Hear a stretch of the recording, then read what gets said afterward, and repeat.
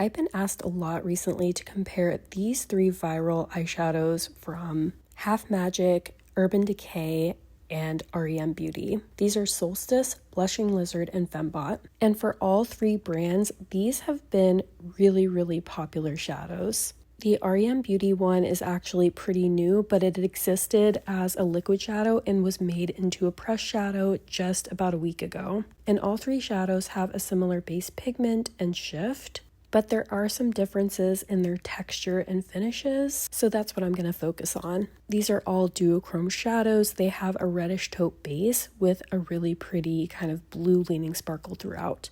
First, we have Solstice from Urban Decay, and this is the most topper-like formula of the three. Its sparkles are smaller than the others, and its texture is firmer in the pan than the other two as well. If you own any Moondust shadows from Urban Decay, I think you probably know what I'm talking about. Next, we have Blushing Lizard from Half Magic. This has a bit of a softer texture in the pan, similar to some of the other shadows in their line. The sparkle particles are not quite as small, and it looks a little bit shinier on the skin than the Urban Decay one does. They're just slightly different effects in my opinion. I would say it seems like there's a little bit higher opacity with the Half Magic than the Urban Decay as well.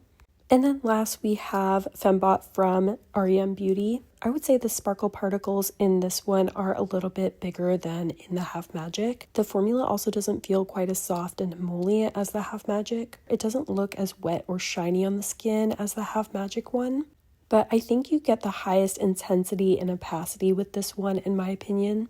Here's what all three shades look like swatched on my arm, starting with Urban Decay, then Half Magic, then r.e.m Beauty. As I mentioned, the shades themselves are quite similar, but there are some differences when it comes to the textures and the finishes. If you were hoping to see this comparison, I hope you found this video helpful. Please let me know in the comments if you've tried any of these three shades or if you have any on your wish list. Thank you so much for watching, and I'll see you in the next video.